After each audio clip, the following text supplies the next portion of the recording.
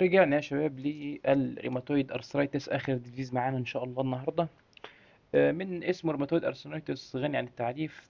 من اسمه كده تعرف ان هو ايه اوتو اميون ديزيز، وبيبقى سيركيوليتنج حاجه اسمها الار اف فاكتور. تمام، من اسم روماتويد اللي هو ريماتويد فاكتور يعني.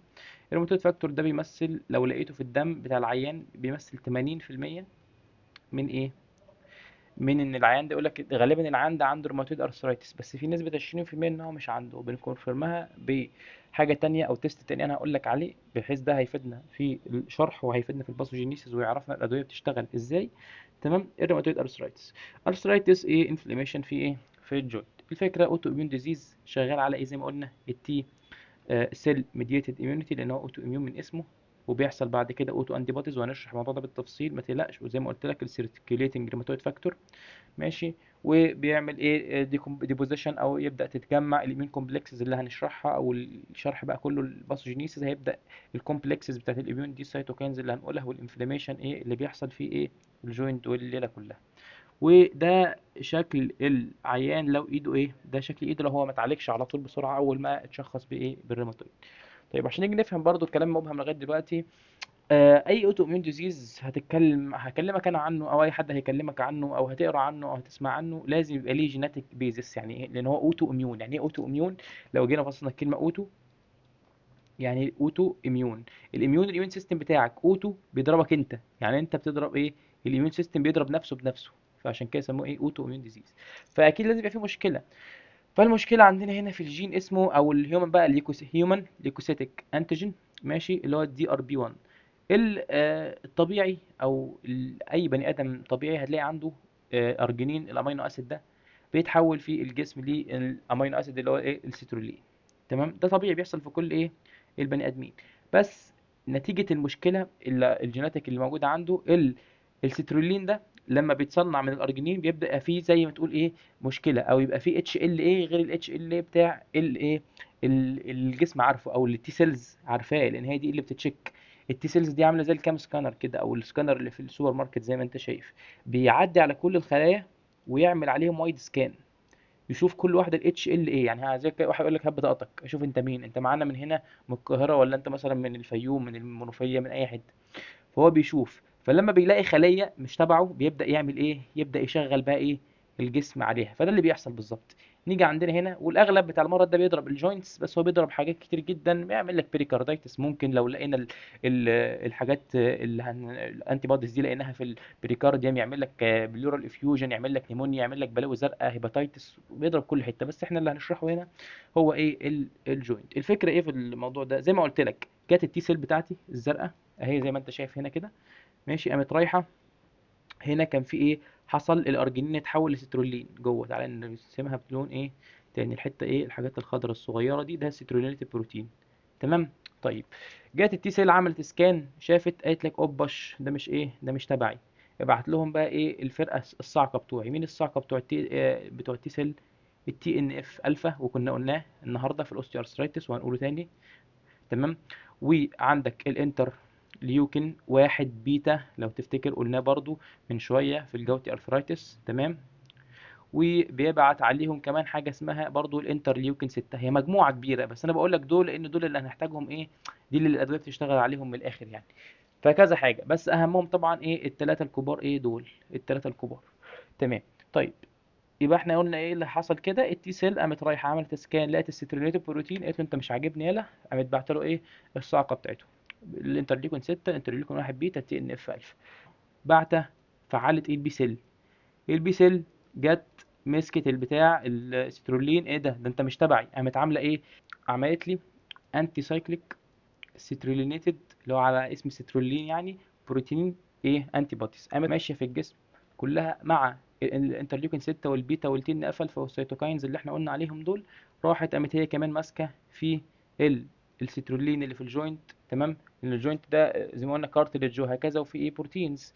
فقامت ماسكه في البروتينز دي سترولينيتد، وقامت تدمر تدمر تدمر تدمر ايه، وتكسر في الايه، في الكارتلج، فالكارتلج اتاكل. بعدين ايه اللي بيحصل، الكارتريج التاكل هتبدا بعد كده الانتي بودي دي تقوم رايحه، وهي والسيتوكاينز يقوموا رايحين ضاربين ايه، في البون نفسه، ويعمل لك زي ما تقول جابنج كده كل ما المسافه، ان هو عندي ده جوينت عامل كده. تمام. والجوينت التاني المفروض يبقى في مسافه معينه ما بينهم، مسافه صغيره، بحيث ان ايه، يبقى الجوينت اي نعم في حركه بس ما يبقاش لاكس، يعني ما يبقاش ايه، تحس ان هو بيروح ويجي معاك. فتخيل معايا انا شلت حبه جامده جدا من الكارتريج، وشلت كمان شويه من البون، فتخيل ده بيشيل جامد قوي الاستيكه دي. فتخيل معايا لو انا جيت دلوقتي كده، قمت شايل ايه الجزء ده كده، وشلت الجزء ده اتاكل، الجزء ده كله اتاكل، ماشي، بقى الجوينت عندي عامل كده.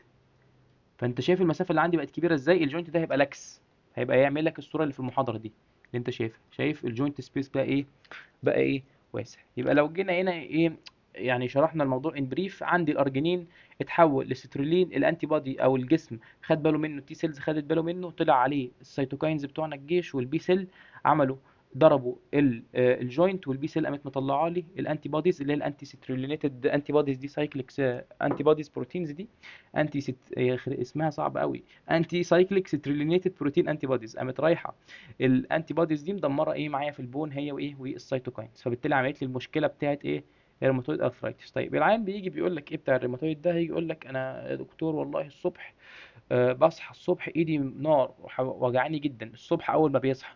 لو تفتكر لما قلت لك الاوستو ارثرايتس، هتلاقي العيان بيقول لك انا باجي على اخر اليوم مفرهد، مش قادر، ميت، مش قادر اعمل اي حاجه، صوابعي كلها او مفاصل اللي كان بيستخدمها او طول اليوم وجعاه جدا ومش قادر يحرك ايده وهكذا. لكن ده يقول لك ايه الصبح. طيب عشان انا اعرف او اشخص المرض ده، انا قلت لك هنا ايه يعني كي وانا بشرح كده الاسم ده، اسمها ايه، انتي سايكليك، سايكليك يعني عماله تلف في الجسم او بتدور في الجسم، سترولينيتد بروتين انتي بوديز. تمام. طيب ليه بقى؟ لان انا ده ماشي في الجسم كله، فانا ببدا اشوف الانتي سايكليك سترولينيتد بروتين انتي بوديز دول. انا ممكن قبل ما المرض يحصل، هو طبعا مش اول ما الانتي بودي بيطلع بيروح يدمر البون جامد، بيبدا يكسر شويه بالراحه بالراحه بالراحه لغايه بعد فتره يبدا يبان. فالانتي بودي ده انت ممكن هتلاقيه في الجسم العيان، ممكن لدرجه كبيره جدا، ممكن 8 9 او 9 سنين قبل ما يجي لك بالارثرايتس تلاقي عنده الانتي بودي ده. فاهمني؟ زي ما قلت لك ان هو بيكسر واحده واحده.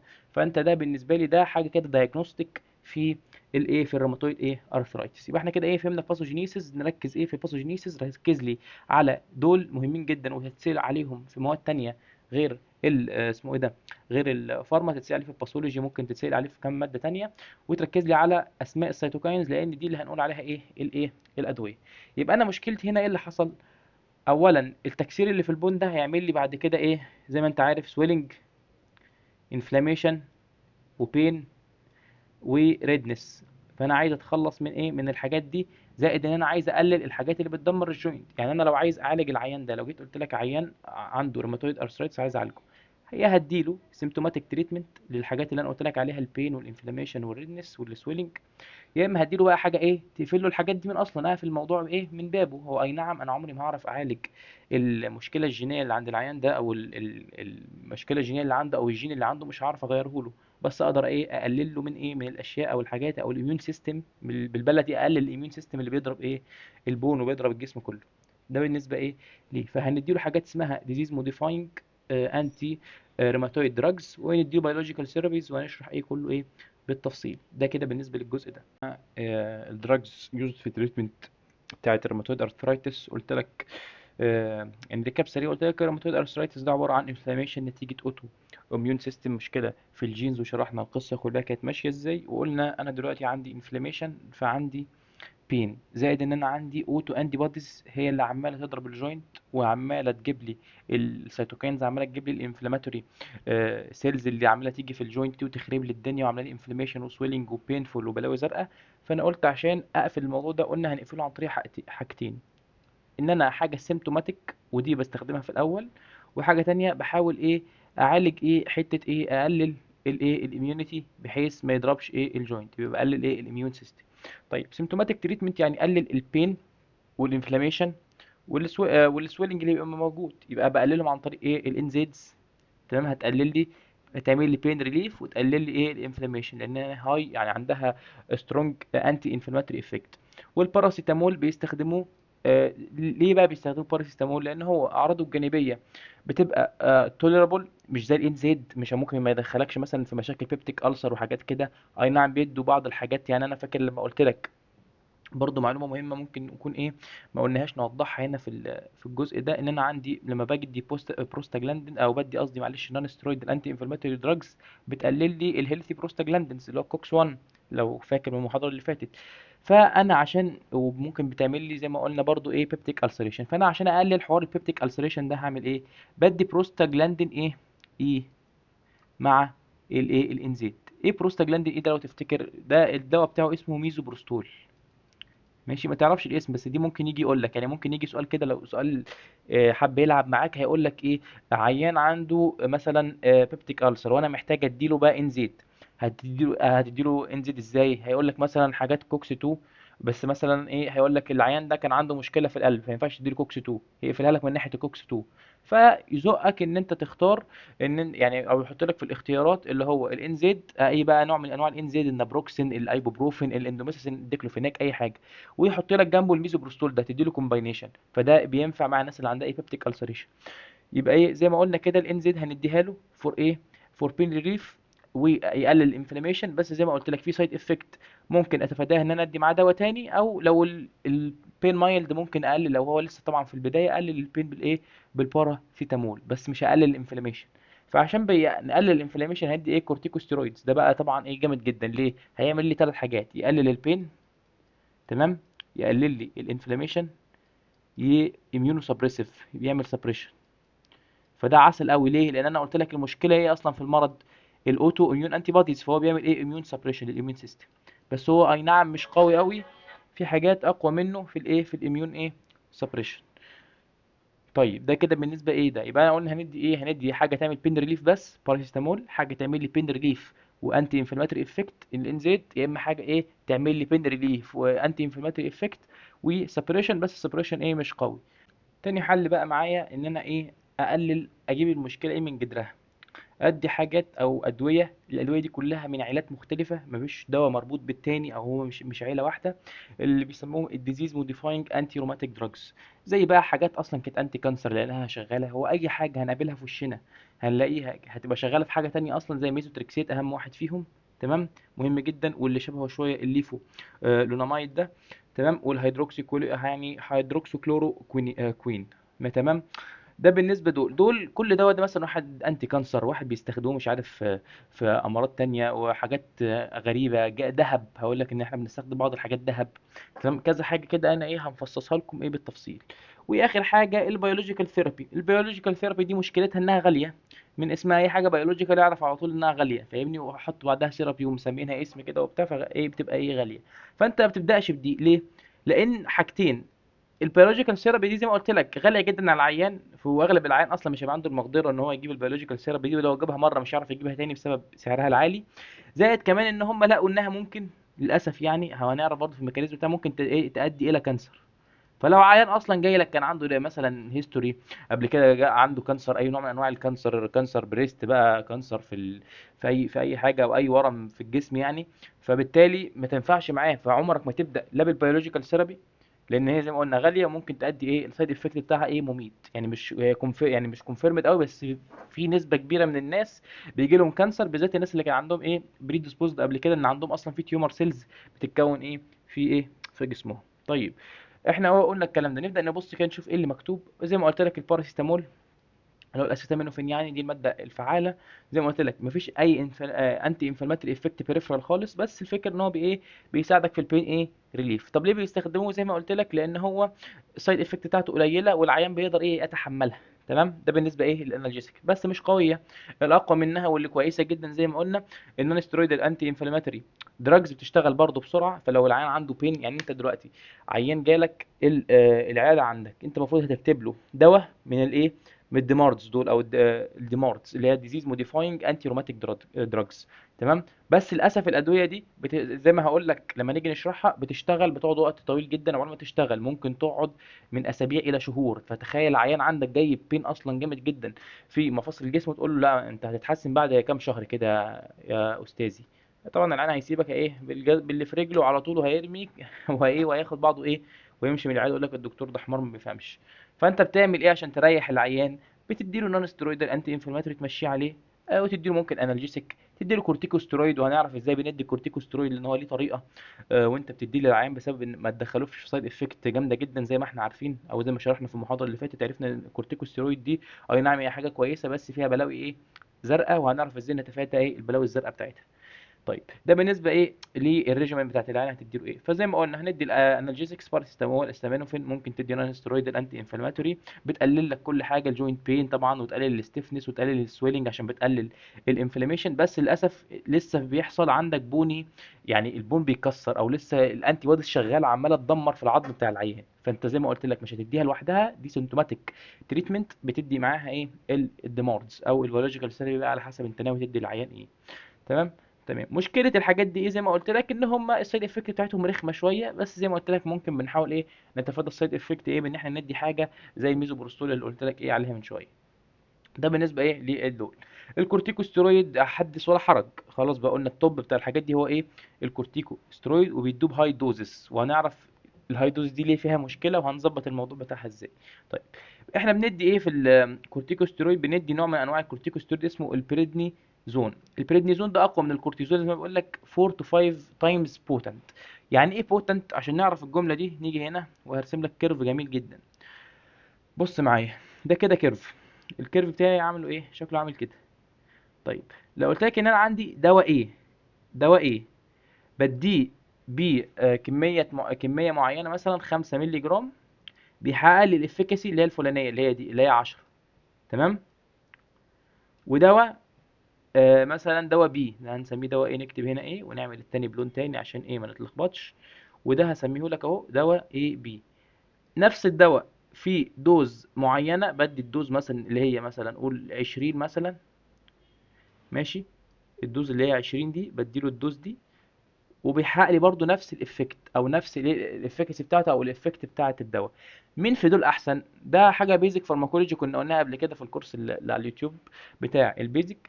مين هنا بوتنت، او ليه يعني ايه بوتنت؟ يعني مين احسن، مين اقل دوز بديها بس بيديني اعلى افكاسي او اعلى افكت. يبقى مين احسن من التاني؟ لو انا جيت قلت لك انت قول لي مين الاحسن، ايه ولا بي؟ واحد هيقول لي ايه، ايه صح. ليه ايه صح؟ لان انا اديت دوز قليله جدا وحققت نفس الافكت.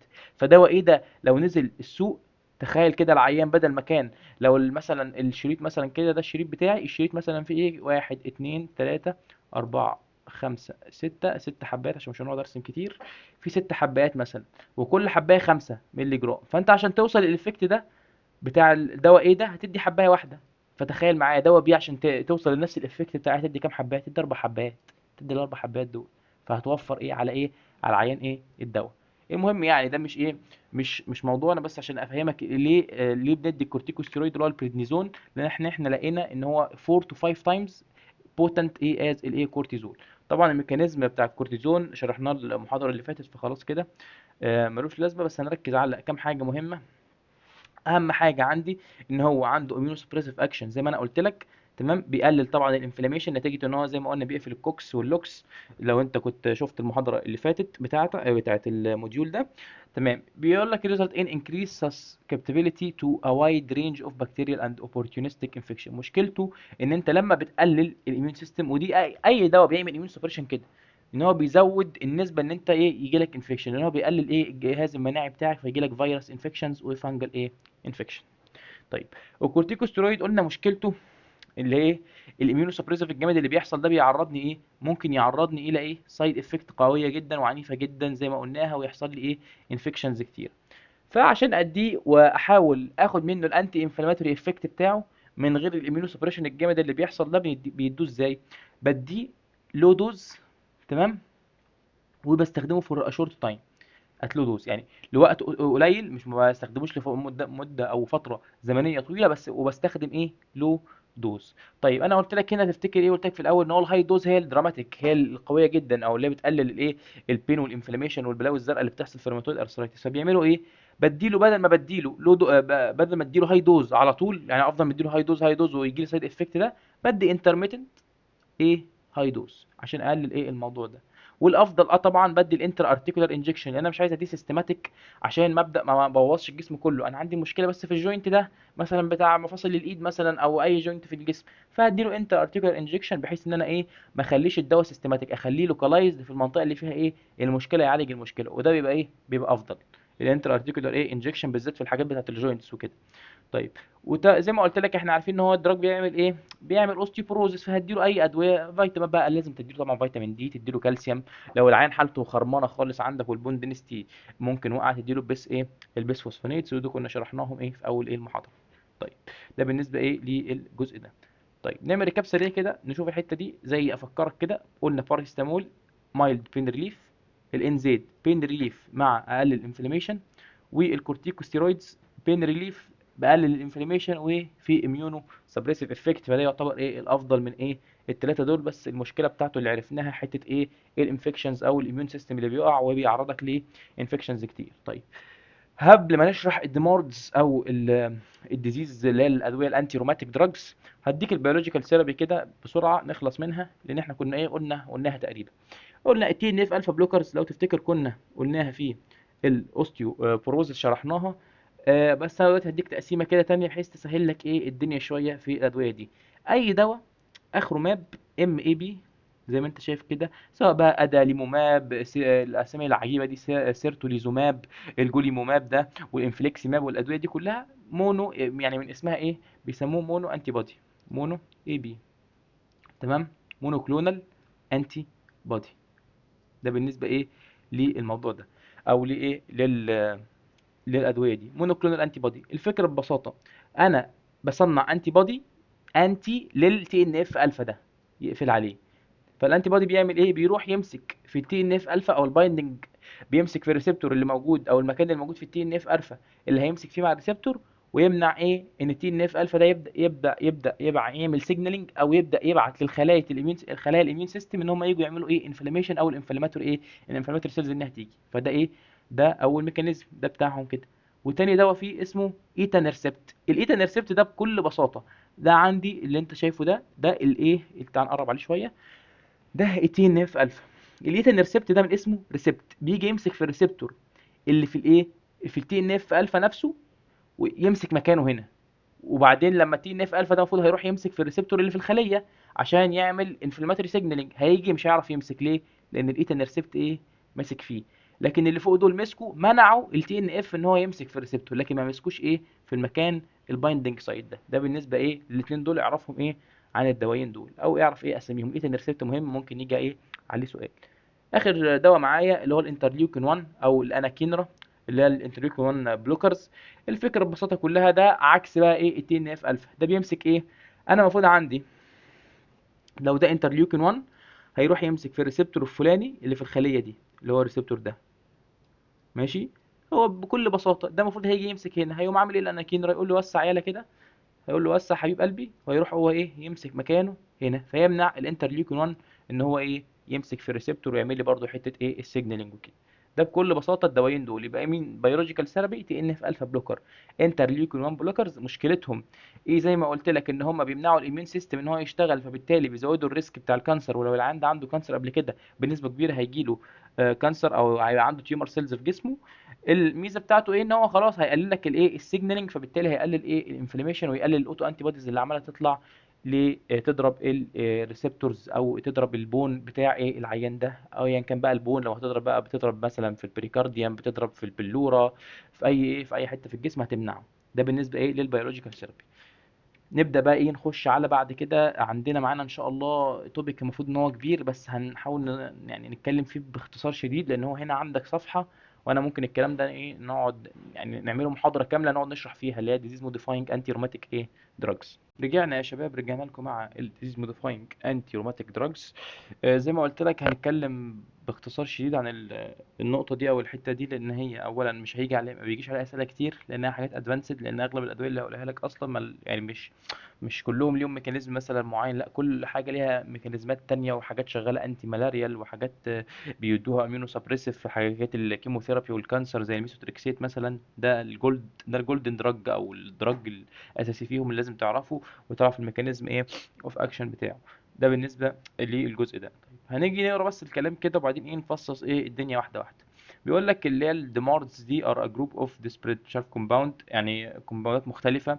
تمام، عندهم امبورتنت فيتشر او حاجه مهمه جدا بيعملوها غير الايه الشغل الاساسي بتاعهم، ان هم عندهم بوتنشال يقللوا الريتارد في الديفلوبمنت بتاعت البوني ايروجن. يعني انا زي ما قلت لك في الروماتيك دراجز او في الانتي روماتيك دراجز، لما جيت قلت لك ان انا عندي البون المرض عمل زي كده والبون بيبدا ايه يتاكل منه حته حته حته، هو بيمنع التاكل او بيقلل او بيبعد فتره التاكل. يعني لو العيان ده الجوينت بتاعه مثلا كان هيتاكل مثلا او يبوظ خالص بعد سنه، لا ده ممكن يزوده لك يخليه ايه يطول المده 10 مثلا سنين 15 ايه سنه يطولها لك لمده البوني ايروجن، ويفضل حاله الجوينت بتاعته شكلها سليمه وما يحصلش حته الجابنج بقى وان الجوينت يبقى شكله غريب كده زي ما شفنا في الصوره بتاعت الاكس راي من شويه. ده بالنسبه ليه ايه للحته دي. طيب بيقول لك بقى الدراجز عندي حاجات كتير جدا، عندي بيستخدموا الذهب جولد كومباوند بس مش بيستخدموا ذهب يعني ما بيجيبش حلق ويسيحه مثلا ويقوم حاطه دهنه على ايد العيان، لا ده جولد كومباوند كده بيديهولهم جولد سولت اللي هي بيسموها املاح ايه املاح الذهب. دواء زي السلفا سلازين انتي مالاريال دراج زي هيدروكسي كلوروكوين، والاميونو سبريسيف زي ما قلت لك بتوع الكانسر، عندك الميثوتريكسيت، وعندك حاجات بيسموها الانتي ميتابولايت الادا سايوبراين. الاسامي دي كلها انا عايزك تعرف من دول الميثوتريكسيت وتحفظ لي واحد او اتنين تانيين، تعرف ان دول ايه تبع الديزيز موديفاينج انتي روماتيك. والميثوتريكسيت عشان مهم هشرحه لك كمان شويه لما نخلص الصفحه دي. زي ما قلت لك مفيش سنجل ميكانيزم، كل حاجه ليها ميكانيزم، هتلاقي حاجات انتي فوليت او فوليت انتاجونست، هتلاقي حاجات جولد كومباوند، هتلاقي حاجات انتي مالاريال، حاجات بيستخدموها زي ما قلت لك الكاليتنج مثلا ايجنت زي السايكلوفوسفاميد، كلهم ميكانيزمات ايه مختلفه.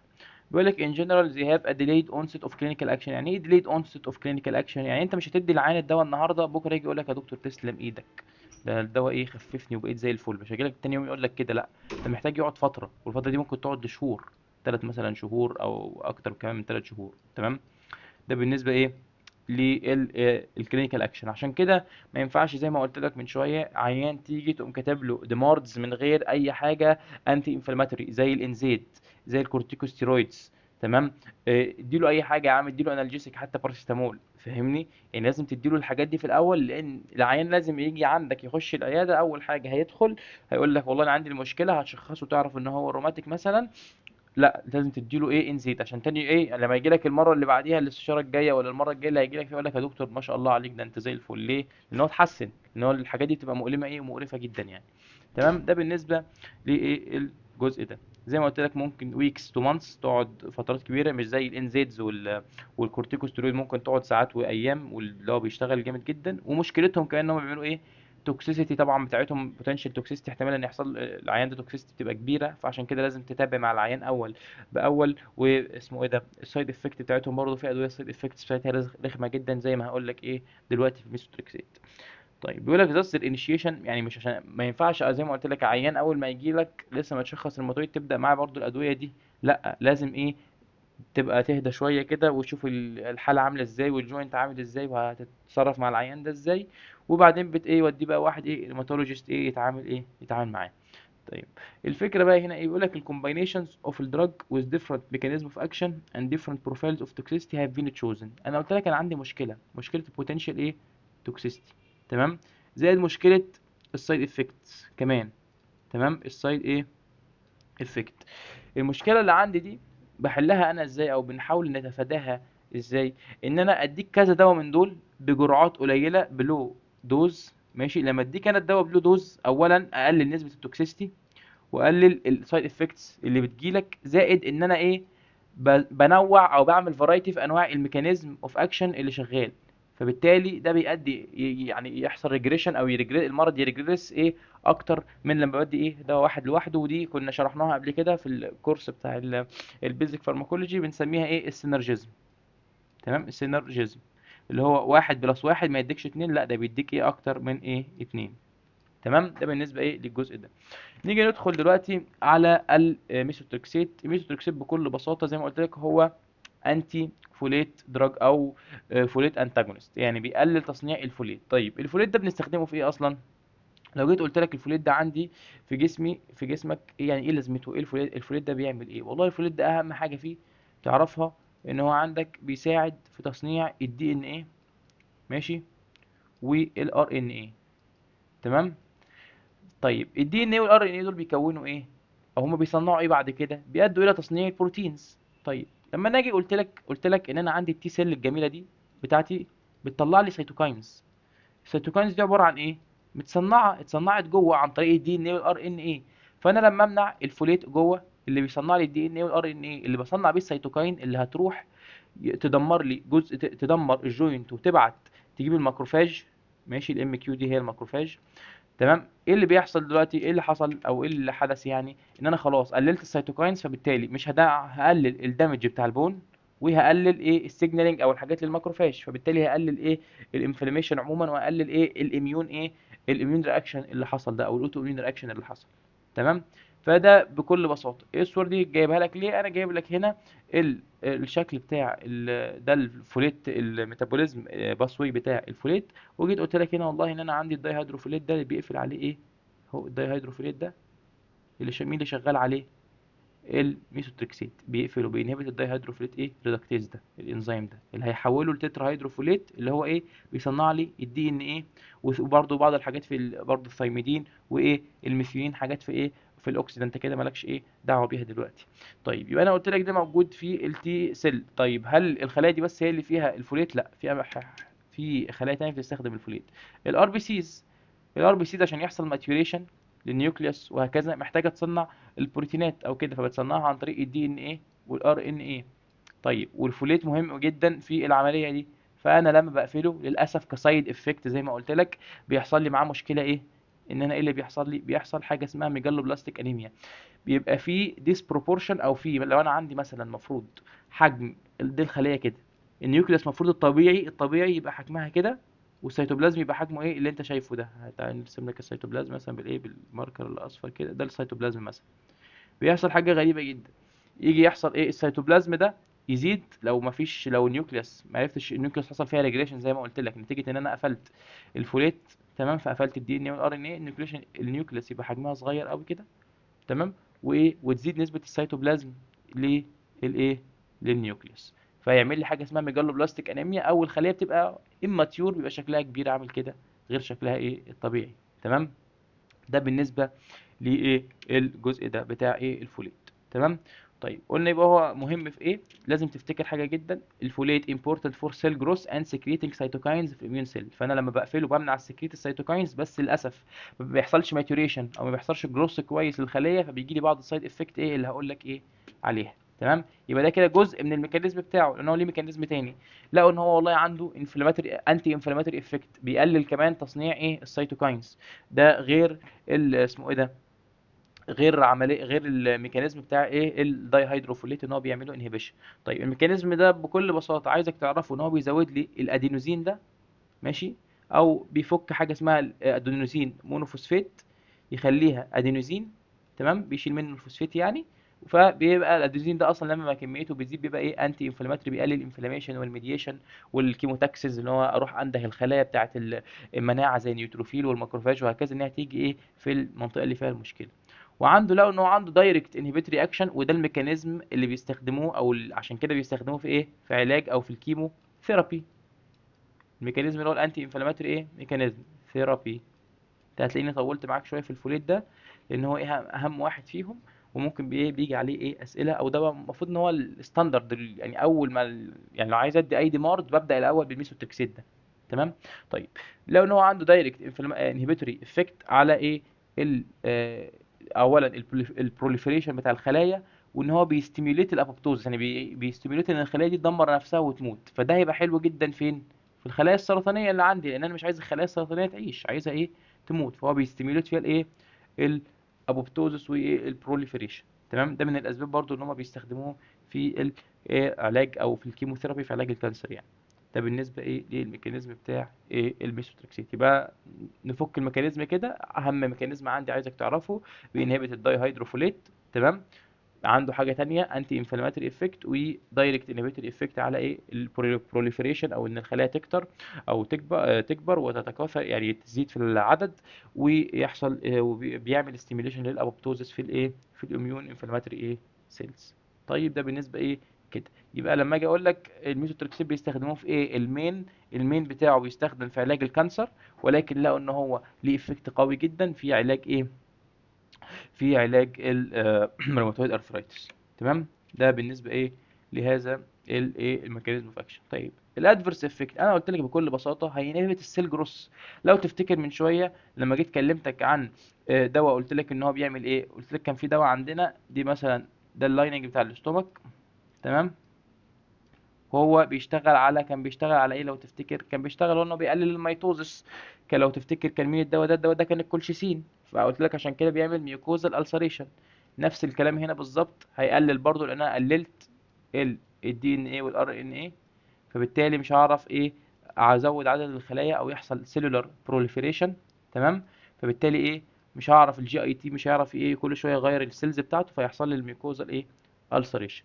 تمام. زائد ان الدواء زي ما قلت لك هيجي لك انيميا، ميجالو بلاستيك انيميا، كذلك الخلايا بتاعه الشعر مش هتقدر انها يحصل فيها بروليفريشن، فبالتالي يجي لك الوبيشيا او صلع.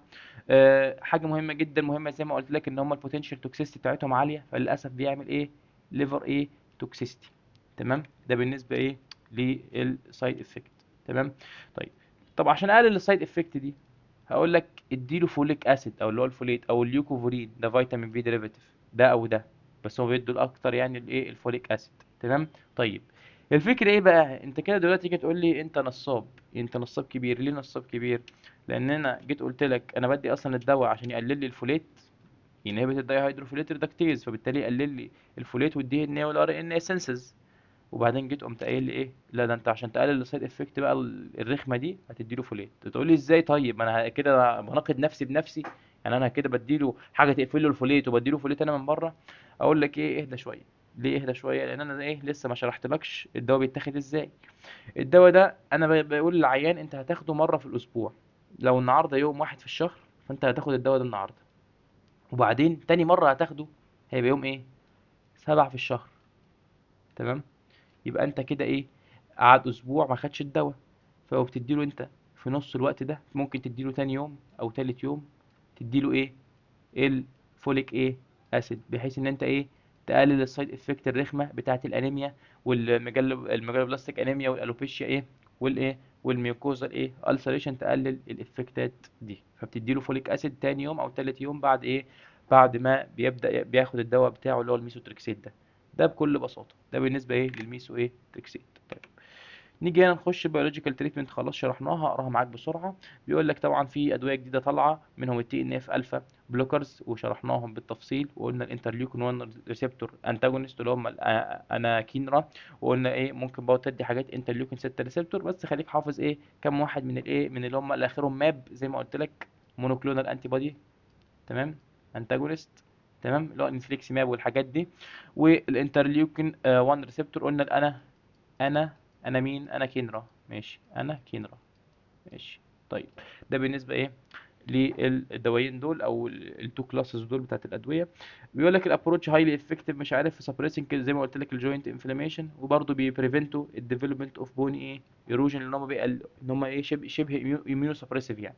تمام. مشكلتهم ايه، ان انت عندك لغايه دلوقتي اللونج تيرم لسه ما اتعملش عليهم حاجات اللونج تيرم سيفتي، ما يعرفوش في سايد افكت ممكن بتحصل منهم على اللونج تيرم اليوز لونج تيرم يوز يعني ولا لا. وطبعا هم غاليين جدا، فانا برضو مش هيجي عندي عيان لسه اول مره وهبدا اديله بيولوجيكال تريتمنت، لا انا هبدا معاه الاول اظبط له الدنيا بالكورتيكوستيرويد، اديله شويه انزيدز تمشي له تمشي حاله، ممكن تمشيه على واحد من الديماردز لو الموضوع ايه عنده ايروجن جامد في البون.